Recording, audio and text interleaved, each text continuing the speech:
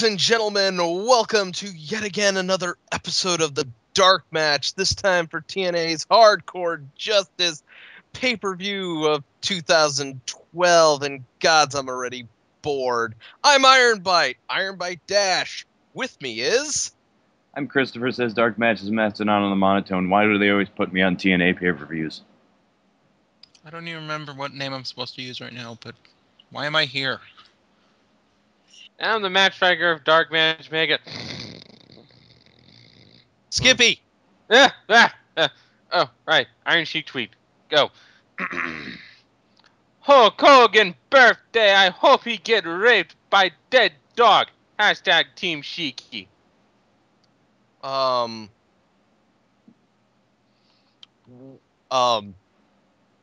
Yeah. What? Yeah. That's a birthday present there. I've never heard of Sheik asking for someone to get raped. That's novel to me. No, wait. No, the rape by dead dogs thing has kind of become a new part of his arsenal. I've never heard it before. Yeah, it's going off every once in a while. Completely novel. Yeah, maybe you, but yeah. But I like this TNA pay-per-view. I thought it was good. I don't remember much about it. I thought it certainly wasn't as good as Destination X, but it was a worthy follow-up. Well, the thing is, okay, we've been spoiled lately on the fact that TNA has been putting out good pay-per-views, not incredibly shitty ones that we hate to watch. But Hardcore Justice was just there. It wasn't like I'm gonna wow you like at Destination X or wow you like at Sacrifice. No, it was just meh, whatever. It's there. It's one of those filler pay-per-views that can't be a WrestleMania. Yeah, that's pretty much it. And the fact of the matter is, 4 of the matches are Bound for Glory series fatal 4-ways, each with a different stipulation. One of them was very good. And one of them was amazing, and probably the one we're going to talk about the most. And all of them worth 40 points. So we're trying to establish our top 4 going into the final portion of the Bound for Glory series. But we get to open up with Kid Cash and Gunner versus Chavo Guerrero Jr. and Hernandez. This guy's totally starting out on top, isn't he? Yeah. It's Mexican Warrior Chavo Guerrero Jr. and Super Mex Hernandez, AKA the Mexicans. I think they should switch nicknames because Chavo Guerrero is clearly of higher position than Hernandez. I don't care about Mike Tenay's stupid fucking nicknames. Okay? I really don't. I'm gonna put that out right here. Gunner sucks. Yeah, Gunner sucks, so we'll get that out of the way. And why is Kid Cash in this? Why the hell does Kid Cash have any sort of a beef with either Chavo or Hernandez? It was actually explain to me. I actually found it funny. Taz like introducing the heel team. He was like, "No, you got an interesting team here, good dynamic. Kid Cash, a veteran. Gunner, not a veteran." Which pretty much says it all. But one skilled, the other not skilled. One having many years in this business, the other is Gunner. I mean, to sort of one who's one who's fairly technical, the other a dumbass. Yeah. To kind of compliment sorta Gunner, like he wasn't so noticeable. He was just very innocuously okay. Yeah, which is really all we can. But I question the way they booked this and the way they called this match, with Chavo Guerrero mostly selling for a good 10 or so minutes, and Hernandez being the hot tag. I figured it should be the other way around, with Guerrero coming in and him being like the new superhero to like take down all the heels and get on top and get the position he was never granted from the WWE. There's a reason for that. But not to say that Chavo Guerrero isn't a champion material. I've just never felt that Chavo was main event status. Yeah. Not like Eddie. I, Not like Eddie. I feel like we've been conditioned to think that way. I mean, you look at Bully Ray. Like he was certainly someone who we were like, oh, we don't want to see him in singles competition, and then he really distinguished himself. I wouldn't mind seeing him feud for the title. And No, it's not. It's nothing like that. It's just that I mean, I just have never seen Chavo Guerrero really have any of that. God. I just don't how it see goes. him. I just don't see him being main event material, and it's not because of the fact that I'm echoing, but I'm not echoing. You're not. Okay. This match. Okay, this was an okay tag match. Yeah. And I also question though the fact that the very first thing that Chavo does is the Three Amigos. Like that's Yeah, not a good start when you're doing your big signature move first. one of his big signatures. That should have gone a bit like 5 minutes, maybe after Hernandez tagged him in again. oh Set God, up one of those Frog. tags from Hernandez. Doing his Super Mex dive, and Chavo tags him in as he dives over the top. Oh my God. I actually had to go back and rewatch that tag because it was just a thing of beauty. Yeah. It just was to watch a 6'5", 270-pound Mexican fly in the air, and the tag was just perfectly timed. And he didn't And kill him either. yeah, and he didn't kill himself or the person he was landing on either. It was just perfect. It was like how Sheamus would do it, or how Mike Awesome did it before he killed himself. Oh, that's sad. But nonetheless, it was a fine enough match. If Gunner and Kid Cash aren't exactly the most highlight heel team that you have them face, and Guerrero won with the frog splash. Yeah. Really is more about him than his partner. Yeah, but that's because Hernandez is, been in TNA for years and really hasn't done much except for LAX.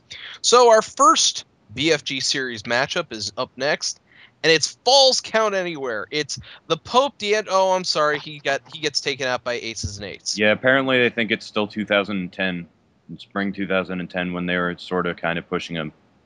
Yeah. Yeah, apparently Pope is a threat. Well, not even a threat. It's just someone that they're going to make an example of, which is really like, it's like it's like, say it's the Dark Knight Rises and Bane wants to make an example of Gotham, and he kills a random corrupt cop instead of I don't know, bad comparison, but they tried to make it topical.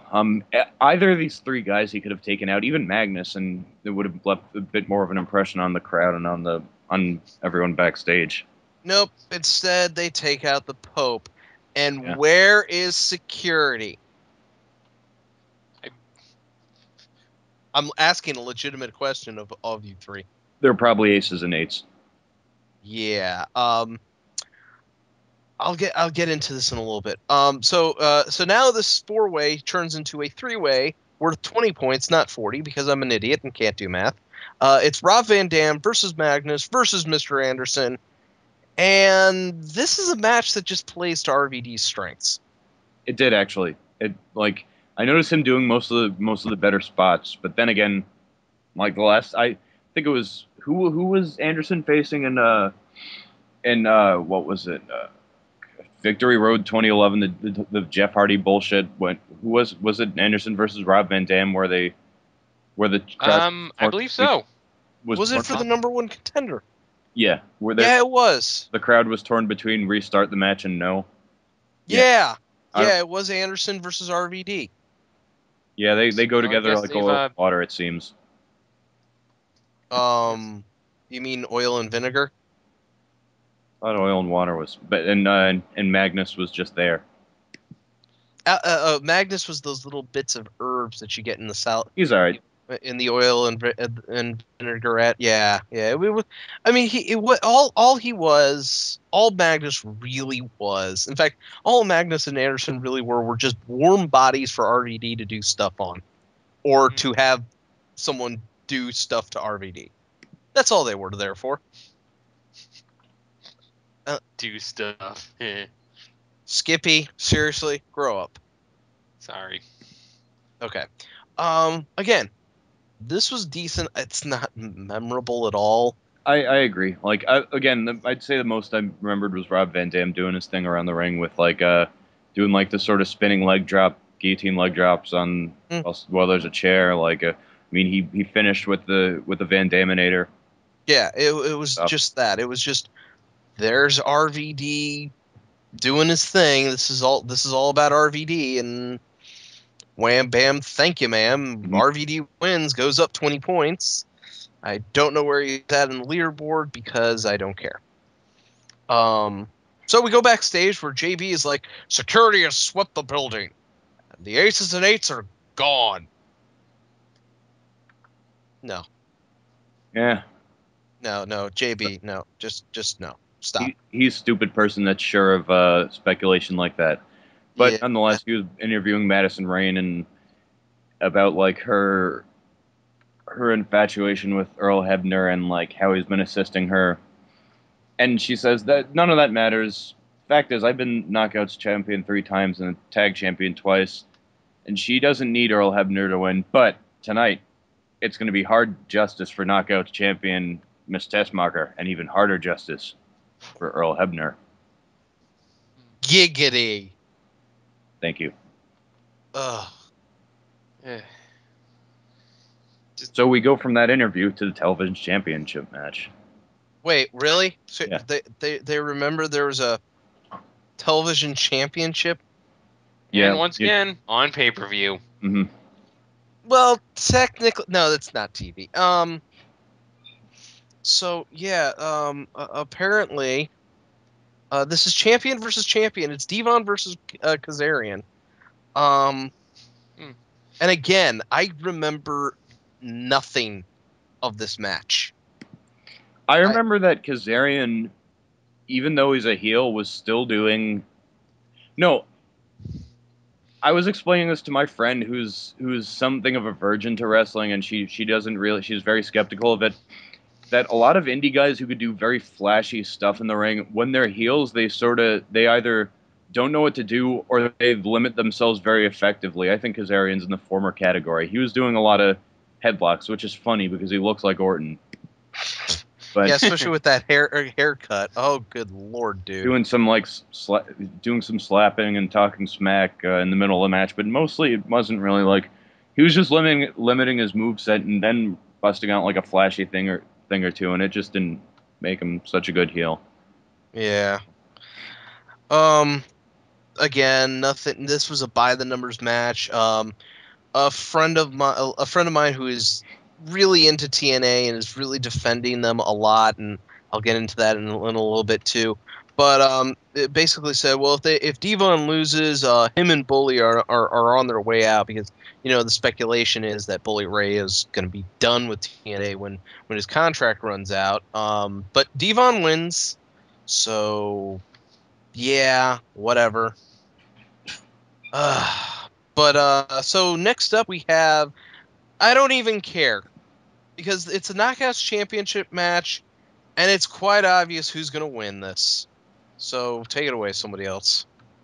Like Ali. Or whatever his name is today. Chris, you mind fielding it? Okay. Kazarian was going to go for his reverse pile driver, the fade to black, and then Devon reversed that into sort of like a dropping spine buster. So think David Otunga's finish, if you remember it. Devon still wins and retains. Oh no, he's got a finisher. Yeah. Seriously? Yes. David Otunga has a finisher? Yes. Okay. I honestly think it's like something really generic, like I believe some sort of that Ryback took. Okay.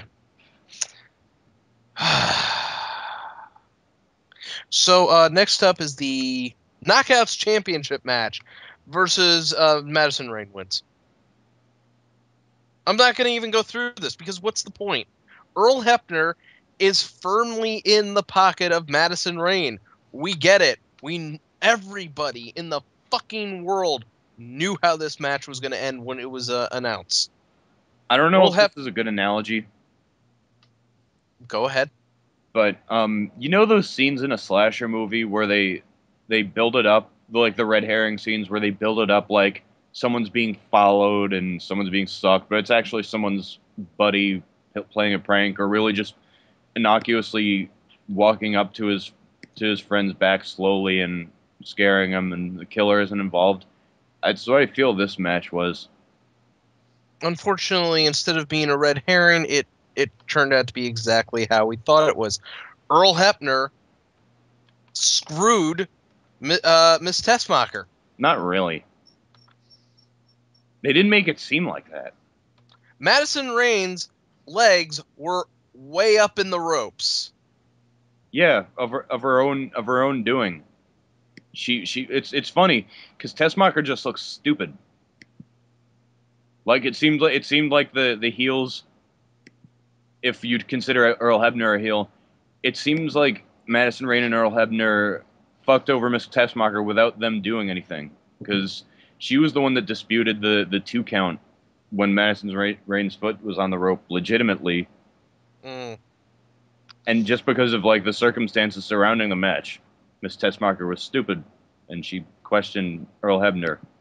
Okay, and I'll go with that, but I still find this entire Madison Rain and Earl Hebner, and if this was anything close to real life, if a female wrestler was using her wiles on the male referee, any legitimate person would have gone, hey, yeah, Earl, you're not refereeing this match. It's gonna be it's gonna be your son, Brian Hebner. Why?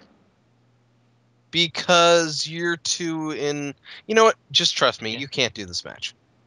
Yeah, too involved in the match. Blah, blah, blah. Yeah, Then again, they have at least like 3 referees, so we'll go into that in a little bit. Anyways, so we go backstage with JB, who is with Bully Ray, who's on his Twitter machine. Oh, but wait, I didn't actually go over the finish, which is Rainheader was grabbing the rope for leverage while pinning Tessmacher, but it seemed like Earl Hebner genuinely didn't see that, a finish which happens all the time. That's true, especially with him. So, if he had looked up, seen her feet, and then counted 3, I'd have more of a problem with this, but yeah. Anyways, so yeah, we go backstage with JB, and he's with Bully Ray, who's on his Twitter machine, and he found some aces, and he found the dead man's hand under his windshield wiper. And apparently the aces and eights know where Bully Ray lives.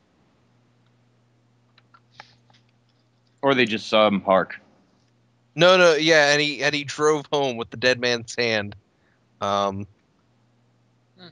Yeah. From what I gathered, it was on his windshield in the parking lot. But okay. Or maybe it's just someone he knows, and that's someone being James Storm. But hold on a second. Bully Ray says he's gonna be looking behind his back, but nonetheless, for aces and eights and for his 3 opponents, it's gonna be hard justice. Yeah, that's not gonna get old. Anyways, so getting off on a tangent here. Hi, Backlash. The same friend of mine who's been defending this has been promoting a rather interesting theory with the whole who's in charge of the aces and eights. And he's saying it's Bully Ray. His evidence is the people that they go after, the people that they, jump from behind, are people that Bully Ray has had issues with in the past. Now, if I hear something, if you go with that theory, then that also means that Devon could be involved with the aces and eights because they took out the Pope. because we all know Devon and the Pope have had some issues together. True, but then again, like Wait, Booby Roode. didn't Bully Ray lose to the Pope in an early BFG match? I do believe you're correct. Let's check. Yeah, 'cause the Pope's got 7 points. Yeah, so Didn't Booby Roode have very limited problems with Bully Ray, and yet he's being attacked? Because like I remember him like denying him a title shot. Well, again, that could also be a red herring in the fact that he's also proposing that the reason why the aces and eights, it's Bobby. His theory is it's Bully Ray and Bobby Roode, and they're fucking over James Storm. So and his evidence is yes, the aces and eights attacked Bobby Roode, but they really didn't do much to him. Okay. So I mean, he's got a very he's got a nice theory going on, but I'm not exactly sure I completely buy it. You know, If TNA proceeds as it did in 2010, then your friend is wrong just because like it would be illogical. But who Yeah. knows? I don't see why it would be Bully Ray. Like what is he? I think he could get over even as a heel, like on his own character. again, it's his theory. I'm just reporting it as I understand it, and okay, I mean it kind of makes sense because he's called out the aces and eights a lot, and they haven't done shit to him. So yeah, I'm just putting the theory out there. But yeah, nonetheless, what did you think of this match? Oh my god, this was one of the better matches on there. It's not match of the night, but it's kind of up there. But then again, you've got Bully Ray and Jeff Hardy in there. Both two guys who work so well in this type of match. I didn't And remember they've too many specific spots, but like I just remember like most of the spots being very fitting, geared towards like the tables match, where like there were a lot of top rope stuff with someone laid on a table and like one of their opponents would take it away. There's very much an objective to it. One of my favorite spots was Bully and Robbie E are about to go off, and Ray's like, no, New York, New Jersey. Now let's kick their asses. And they get a table, and the second Robbie E's back is turned, Bully Ray, sucker punches him. I was laughing my ass off at that spot. I was like, seriously? Come on, you had to know that this was going to happen. That was pretty funny, actually. Speaking Yeah. of Robbie E, why has he stopped fist pumping? I don't know, and I don't care. All right. Kind of happy. Because that means, I don't have to look at Robbie E trying to be, Robbie E. Interesting thing is the aces and eights do come out, but don't do anything. They just come out and they kind of taunt Storm, but they don't do anything. They don't taunt Storm. They basically they lead the crowd on again. They gesture towards Storm and then give the thumbs up, basically making him look like an asshole. It's him that doesn't do anything. Yeah, there's that, and Bully Ray kind of knocks out one of the aces and eights. But again, if he's the leader, he could order them going, "Hey, got to sacrifice yourself for me. We got to fuck over Storm some more." I don't know. I'm gonna run with this theory until I'm either proven wrong or I lose interest in it. Hey, a butterfly. Finish comes with Robbie E's just taken completely out of the equation here. He's not even a factor in this. Well, Robbie T comes out to Yeah, get his ass handed to him as well. But we get Storm gets distracted by the aces and eights. And Hardy manages to block the last call into a twist of fate. Aces and eights show up. They distract Hardy. Then Storm hits the last call. I guess twist of fate isn't as good as it used to be.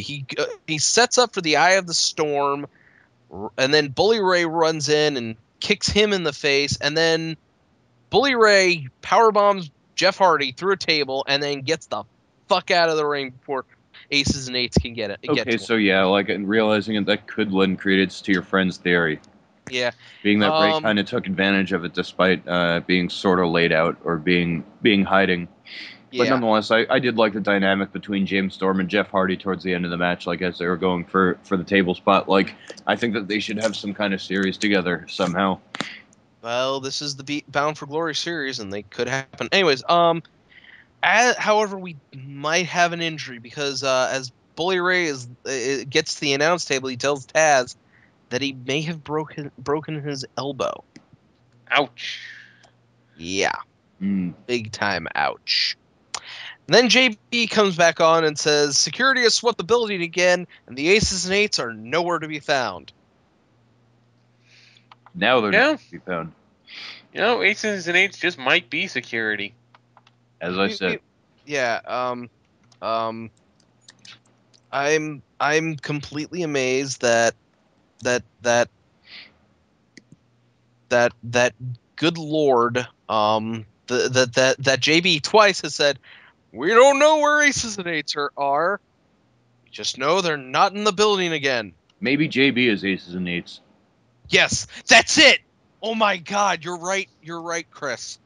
You are invading TNA for the cause of boring commentary and fanboyism. I don't think he was that bad of a cop. Oh my God. JB is part of the Aces. JB is leading the Aces and Eights because he's been bullied and is sick and tired. Oh my God, it all makes sense. I mean, the people they've taken out, these are people. You know what I actually think is the route that they're going for? What? I seem to remember Devon and Garrett Bischoff like saying, "Oh, we've got your back on this whole aces and eights situation," and it looked very much like they were involved with the stable. But now it seems that JB. What do you think of Eric Bischoff and Garrett Bischoff turning heel? I find that completely retarded. But then again, I don't want to ever see Garrett. I don't want to ever see Eric. I want to see Eric Bischoff off my TV for at least a year. Okay, just give me a year without Eric Bischoff. Just can you promise me that, Chris? Can you promise me that? No. Backlash, what say you? Huh? Oh, Can good. you promise him a year without Eric Bischoff? I'm sorry, I don't have that kind of power. Damn it. No Leaf, do you have any of that? Do you have that kind of power? No, okay. What kind of power do you think I would be doing a podcast? No. Yes. No. Hey, we got Austin Aries' interview, which is always nice to be. Yeah, because it's basically going, oh God. He basically says, while he's aware and he's watching his back about aces and eights, his priority is Bobby Roode. He was talking about how he eschewed his rematch clause. Would he lose the title tonight? And he says Bobby Roode was so worried about his rematch clause because he's the type of person that needs one, and he's not, and therefore not as legitimate a champion as he is. But nonetheless, by the end of the night, it'll be hard justice for Bobby Roode. That pun will never be old. It's a pun. Already old. You know, I kind of find it a little bit stupid, and I found this stupid when they did this to Randy Orton. But the whole clause of, if X loses to Y and Y is still the champion, X can never compete for the championship until Y loses it to Z. That's just stupid to me. Eh. You know, I just find that completely retarded. And I found it retarded when Triple H did it to Randy Orton, and I find it completely retarded now that TNA is doing it to Bobby Roode. I just find it retarded. Yeah. So yeah, so our next match, of course, is TNA X Division Tag. Oh, sorry, I almost said Tag Team Championship of the world. It's the X Division Championship. Zema Ion versus Kenny King. Yes, and one thing I would note about Kenny King tonight is that he looked like he had quite a lot of stamina, didn't he? Oh yeah, As much as he always does, right, Backlash? I don't understand the question. I think it's something sexual. He's making fun of your criticism of Kenny King always being gassed during matches. He was! No! Damn it! Well, not last night, but he was. How do you explain tonight then? I think he was just selling more than necessary for an X Division guy. I don't know. Red Bull? Come on. But yeah, he was fine throughout the length of this match. Sold like quite a good deal, drew it out. Did some nice hope spots, and also I noticed his strikes were hitting really hard. I was wondering if he wasn't just slapping his thighs like pretty much with every punch he threw. But then again, Zema Ion's blip was busted open in the middle of it. Yes. We did we really because to be honest with you, while this match was great, I don't remember much of it, which is kind of sad because I love X Division wrestling. And I also do like the way Kenny King uses this sort of the twisting plancha, the corkscrew plancha, as sort of a spot to be built up to. It's almost like Aries' middle and bottom rope suicide dive. You mean his heat-seeking missile? Yep, that's what it's called. Yes, that's what it's called. I know this because they keep saying the heat-seeking missile. How is it a heat-seeking missile? Just explain to me that, Mike Tenay. Explain that to me, Mike Tenay. I can't. Stop it, Iron Bite. Why are you here? I think that's Aries' call. I think he calls it that.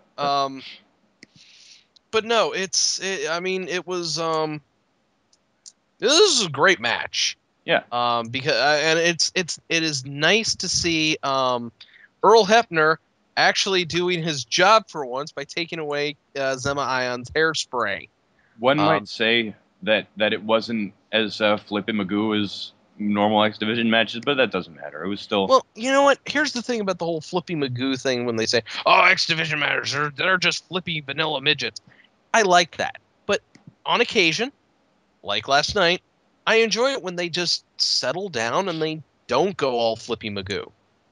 You know, it's nice to see the fact that these newer X Division guys, counting Zema Ion and Kenny King as newer X Division guys, are learning how to put on good matches without, going all super flippy.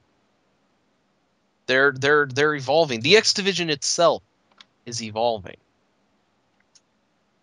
Someone press B.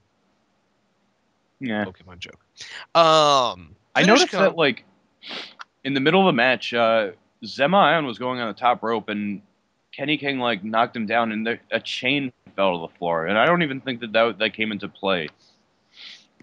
I it was think just a random chain. Like there was another spot where Ion had his Andy Warhol spray can, and then Earl Hebner took it away. Yeah, I already said that. King cartwheel kicked it out of him, but it was actually Earl Hebner taking it away, but that led to Kenny King hitting a handstand kick on it, and then the finish comes after because that led to a pin event, and the finish was midair gory bomb. Yep.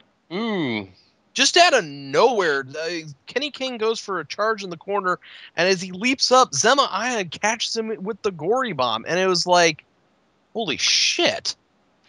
I'm It's actually. a lot of practice to pull a gory bomb out of nowhere. Mm-hmm. I mean, an RKO out of nowhere, you can always see that happening. Gory bomb? Yeah. Not so Not so. much. Chavo Guerrero is rolling in his lower card grave. He's not dead. So we go backstage with JB, and he's with SJ.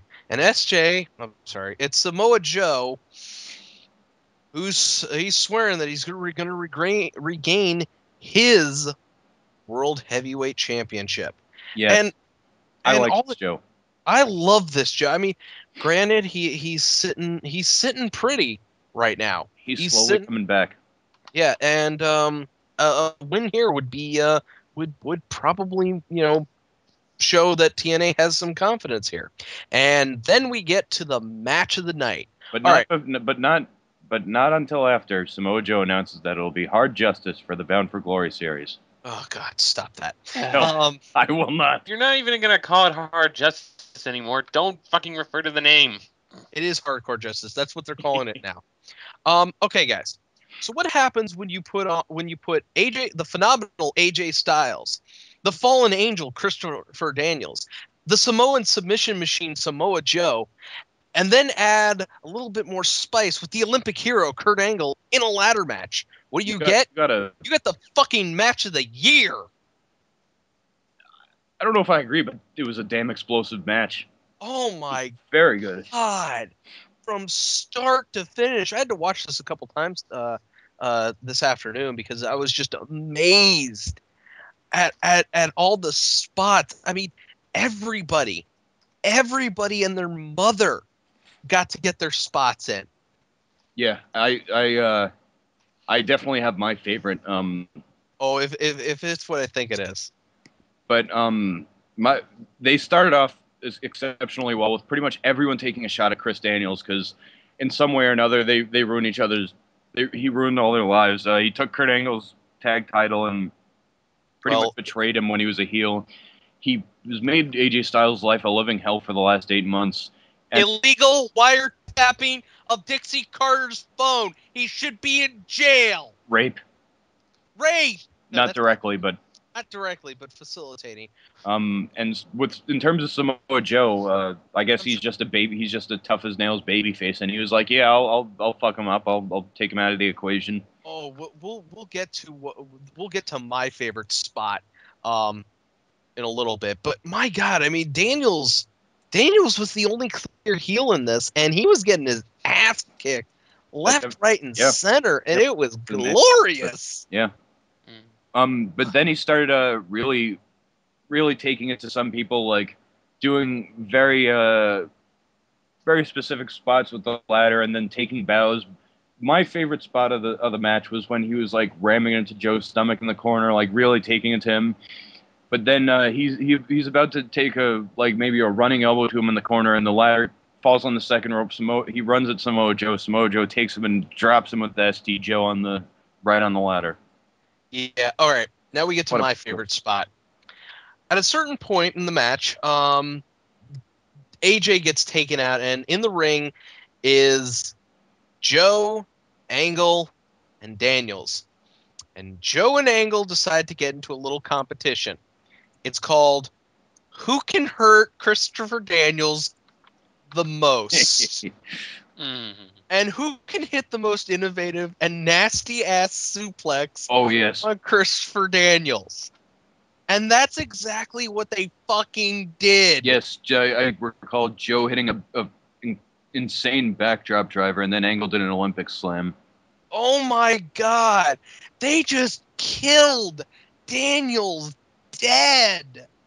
And it's like, I'm watching this, and I have to go back every time, and I giggle.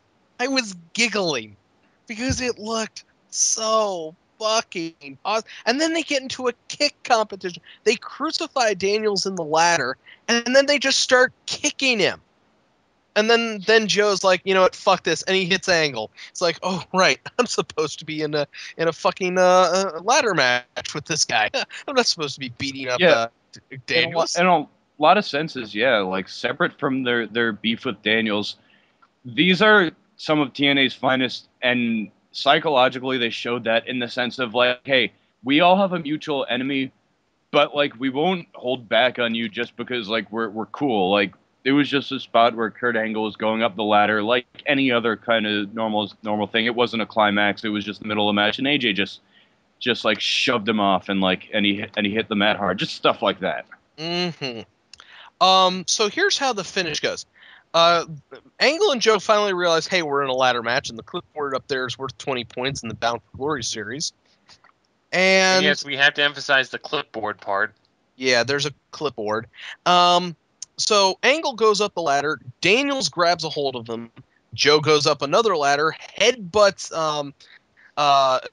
just headbutts Angle out of existence, and then AJ Styles comes flying in from nowhere onto the ladder and grabs the clipboard out of fucking nowhere. I don't have a problem with that. I don't either. And Joe is like, mother fuck, what? Wait, what? With the greatest of ease. And yeah, exactly. And this just shows why AJ Styles is truly phenomenal. Absolutely cannot disagree with. Oh, I see what you did there. Great. I'm glad you did because it was so fucking obvious. Again, I have been a fan of AJ Styles since I was introduced to him in TNA. Since you were 2 years old. Since I was 2 years old, when I was a little raptor, and I was wait a second, I wasn't watching wrestling. You know what? Shut up. But I've been a fan of AJ Styles. I really do think he is the face of TNA, much like John Cena is the face of the WWE. I just wish they didn't have him in this stupid "I was raped" storyline with fucking Christopher. I'm a Bond villain, Daniels. Look, my locker in the back is full of Appletinis. Because that's all I drink. Come with me, Kazarian. You have no. They really should have a backstage segment where Daniels opens his locker and there's just a row of Appletinis that he takes out and uses just to hold and occasionally sip. Oh my god. That'd be great. The best part of the storyline, and that's stretching it because it's fucking retarded, is the evolution of the James Bond villain style heel that is Christopher Daniels. And I'm loving that, but everything else can just go to fucking hell. Yes, but the sun didn't shine tonight on one half of the World Tag Team Champions of the world. No, it did not. In fact, Christopher Daniels was a punching bag. So we go to the back where JB, who's the only fucking viewer in TNA, and he's talking with Rude, and he's basically saying, "Hey, Aries is nothing more than a fluke. He's a fluke, fluke." He does end the promo on one note. He says, "By the end of the night, fuck you, Austin Aries." What you did there? I saw it.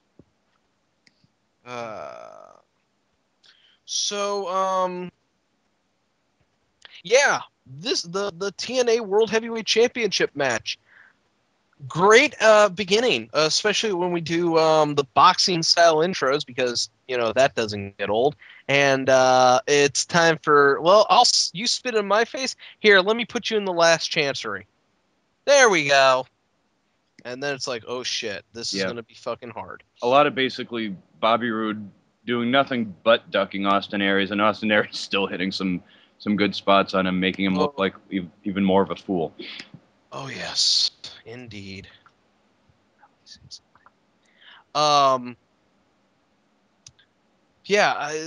This match, but it gets retarded real quickly, and it gets retarded when we have one referee gets taken out, so we bring out another referee. Stifler. Yeah, Stifler. And I mean, before everything. I mean, before this, I'll admit, yeah, awesome. Like I wouldn't say it got retarded quickly for like the first 20 or so minutes, which made up most of the match. Like it was just fine, but yeah, it was going towards the end of the night, the end of the day when we And we get a referee bump, and then another referee comes in, and he gets a referee bump, and then as both referees are coming to, Robert Roode hits a superplex on Aries, and then both men's shoulders are down, and both referees count the pin. And one raises Roode's arm, the other raises Aries' arm, and it's, we've got confusion. And Roode's like, I'm getting out of here. He grabs the belt and starts to go up the ramp, but out comes Earl Hebner. Without, mind you, a hickey on his neck. Yeah, he comes out. He comes out the most honest man in wrestling and just restarts the match. And Aries goes for the heat-seeking missile, but instead slams right into the title belt, which Roode is still holding. Now, okay, let's just apply wrestling logic here. Wrestler X is facing Wrestler Y. Referee has his back turned. Wrestler X slams a chair into the ground, tosses it to Wrestler Y, and then falls down as if Wrestler Y has hit Wrestler X. The referee turns around and disqualifies Wrestler Y. This is common referee logic, correct? Yeah. Back, Christopher. Chris? What? I just described an Eddie Guerrero situation where Eddie would trick the referee into thinking he just hit a chair shot. All right. Yes, because the ref is horrifically deaf. Right. Okay. How does that? Hold on. This is gonna be. Robert Roode is holding a title belt, and I just realized my entire argument falls apart when I forget the table match that we just had earlier, because if you put yourself through the table, it doesn't count. I'm dumb. I'm still trying to comprehend. They hit a superplex. Both of them are down on the mat. So two trained refs decide to go for a 3-count pinfall. Yes, because not the usual 10 count for one of them to get up. No, both there's a double pin going on. Yeah, it's a double pin, dude. It's not like... Oh, okay. How does that work? Oh, it's easy. Overbooked. Yeah, overbooked. And also, neither referee can see the other, because you can't see through a person. Okay. Yeah. So after Aries smashes his head into the title belt, Roode is like, Oh, really now? Well, let me just toss you back in, and 1, 2... What? You kicked out? Earl Hebner, I can't believe this. Let me push you. That should have been a DQ. Instead, Earl Hebner is like... No, they reserve like those big matches where they won't just DQ someone if they shove the ref. The ref will just shove them back, which... And that's what Earl Hebner does. I believe it was Brian, though. Oh, it was Brian? I thought it was Earl. Yeah, Brian just restarted. I mean, Earl just restarted, and Brian... So Roode gets pushed right into Gingus's favorite finish of all time. The roll up. You know what I think should have happened? Would have been simple enough if Roode was just like, fuck. Locks in the crossface and he just reverses into the last chancery. Yeah, that would have made sense. Nope. Simple enough. Pull up. And Robert Roode now cannot compete for the TNA World Heavyweight Championship until Austin Aries loses it. Yay. I find that completely retarded. I don't. Well, actually, we've never seen any other title matches between Austin Aries and someone else. So hopefully he's not a one-trick pony. But he's probably not. He's Austin Aries. Yeah, he's Austin Aries, the greatest man in the world.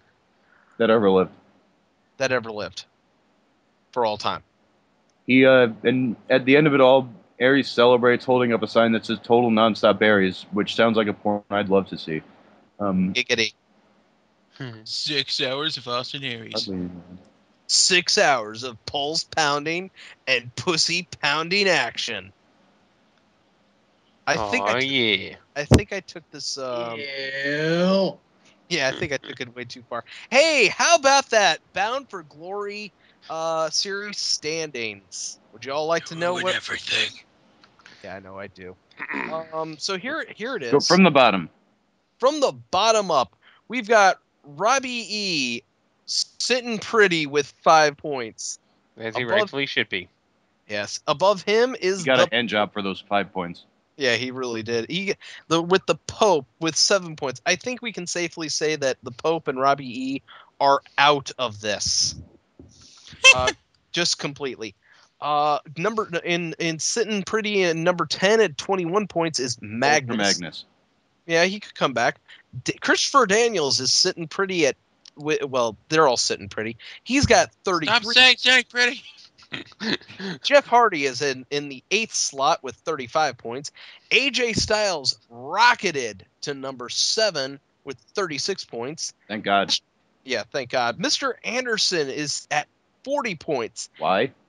Because sitting pretty. Yes, because sitting pretty. In 4th place, tied, by the way, is Kurt Angle and Bully Ray, both with 48. I'm okay with this. Samoa Joe, oh, so close with 54 points in 3rd place. Improve. A point above him is Rob Van Dam with 55 points, and sitting on top of the heap, even though he didn't win at Hardcore Justice, is James Storm with 66. He is sitting on so much pretty. Oh, I mean, it's I mean, That's a lot of pity right there. Yeah, there's a lot. A veritable mountain of pretty. Yeah. It's definitely a veritable mountain of pretty. I mean, seriously, he can't. I mean, he can lose this pretty damn easy. By the way, the Pope did pin Bully Ray for his 7 points. So lending a little credence to the Bully Ray is in charge of aces and eights theory, little bit. But no, James Storm is in control of his destiny. He just got to keep winning. Well, judging from the way the title is being held, and after tonight's match, I don't think he'll be in first place. I wouldn't be surprised if we see Samoa Joe win. Like I'm that's my prediction for now. Just because it would be a feud I'd love to see, especially considering and it would almost be like a nice echo to ROH, because guess who took the title from Samoa Joe? That is true. Now here's another thing. Okay. The thing is, all this leads up to the No Surrender pay-per-view with a one-night playoff instead of at Bound for Glory. So at No Surrender, well, no, it is No Surrender. Anyways, at No Surrender, September 9th. So we've got a month. At September 6th, the standings will be quote unquote locked. So your top 4. All right, that right now that's James Storm, Rob Van Dam, Samoa Joe have a direct line to No Surrender. Bully Ray and Kurt Angle, on the other hand, will probably have to duke it out again to determine who gets that 4th slot. So your top 4 are the guys who are going to go into No Surrender for their one-night playoff, and then you go to Bound for Glory. Yep. So yeah, I mean, there's a lot that can happen between now and then. Oh yeah. I mean, Samoa Joe can just go on another submission victory spree, getting 10 points everywhere, and then it would have been like, wow, that's. Let us hope. Yeah, but again, on house shows. Maybe Pope will go on to a submission victory streak. Really, we're gonna no. I'm not actually speculating that. Guys, Robbie E's going over. Yes, Not enough time in the world. Robbie E is going over only if everybody else ahead of him dies. And even then, I don't think they'd want. Yeah, I don't think. Anyways, oh, that was hardcore justice. Some good, some bad. It was a pay-per-view. I mean, it wasn't like Destination X. It wasn't like Victory Road. It happened. It happened. That was basically it. I mean, there were some good matches. There's some awesome matches, and then there were matches that make me scream in frustration. Admittedly, None of it them was did better than Hardcore Justice 2011, but that's not saying much. No, that isn't saying much. Hey, guess what, guys? It's time for who gets more screen time than Jay Lethal. Who? Uh, Aces and Eights committing a hate crime gets more screen time than Jay Lethal. Oh, wow. Really? We're gonna. Oh, wow. Seriously? First dude they took out was Pope. Okay, Okay. that's what I'm calling. Allie, you got something? He doesn't even work here. What's the point? Point is our game. Now shut up and play.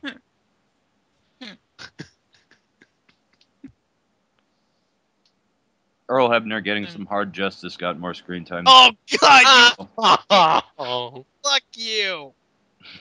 Oh. You're fired. No Iron Bite, fuck you. I love how that's getting him fired, but I'm fine here. Oh, Fire Allie, Mega Fighter. because I can't. Okay. So, Elliot, you got one? No. Okay. I'll go because oh god. Blah blah. Seriously, Chris? Oh my god, that just drove. You know what? Fuck it. Go to the plugs. Oh. Anyone have anything else? no. No. All right, don't forget to subscribe to us on Blip TV or YouTube to keep up to date with all our videos. You can also like us on Facebook. Don't forget to follow us on Twitter at DarkMatch Wrestling. That's RASLAN. You can follow us individually on Twitter as well. Don't forget to check out TRA Productions, where all our videos plus lots of other great stuff is hosted.